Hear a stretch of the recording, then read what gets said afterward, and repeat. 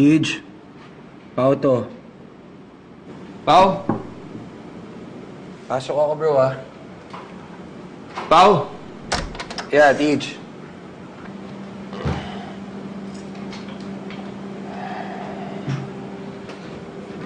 Wala kang kasama? Wala, bro.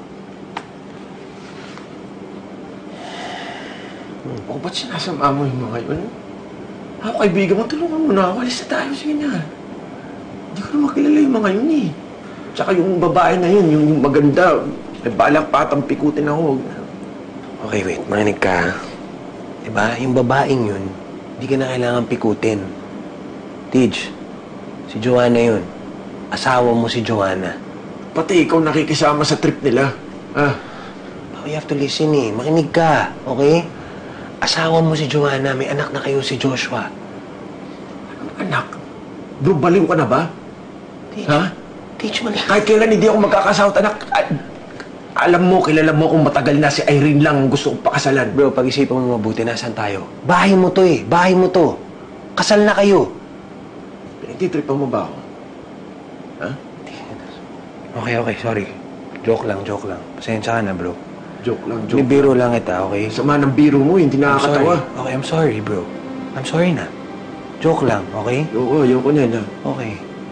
Anyway, Teach, pagod ka na. Please naman, kumain ka naman. Ha? Can you eat? Can you eat now? Palit ka rin, bro. Sige na. Tapos pagkatapos mo kumain, inumin mo na tong gamot mo, ha? Ayoko niyan. Ayoko niyan. Okay.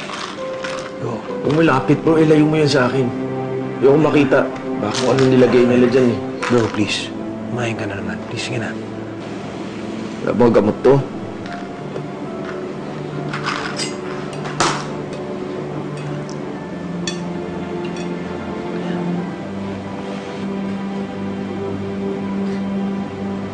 Ano to? Tapa? Bacon yan, bacon. Favorite mo yan, bro, di ba?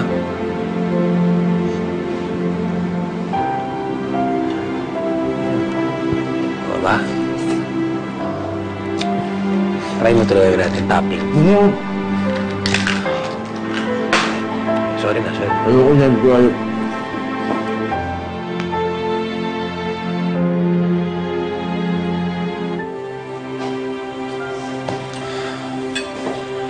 Ito. Kailangan naman niya yung food, pero ayaw niya inumin yung gamot pa din. Paano na ngayon to? Mas lalo niya akong di maaalala niyan.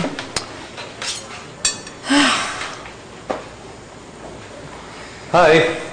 Hi, Dad. How's TJ? Hello. Hindi pa rin okay dito eh. Hindi pa rin naalala si Joanna eh. Kahit anong explain ko, hindi naman po nakikinig.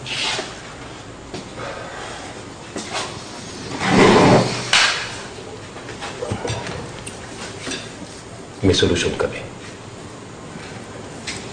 Ano po yun, Dad? I can talk to him. Ha? Paano kung magwala na naman si TJ pag nakausap kayo, kaya nakita kayo dito?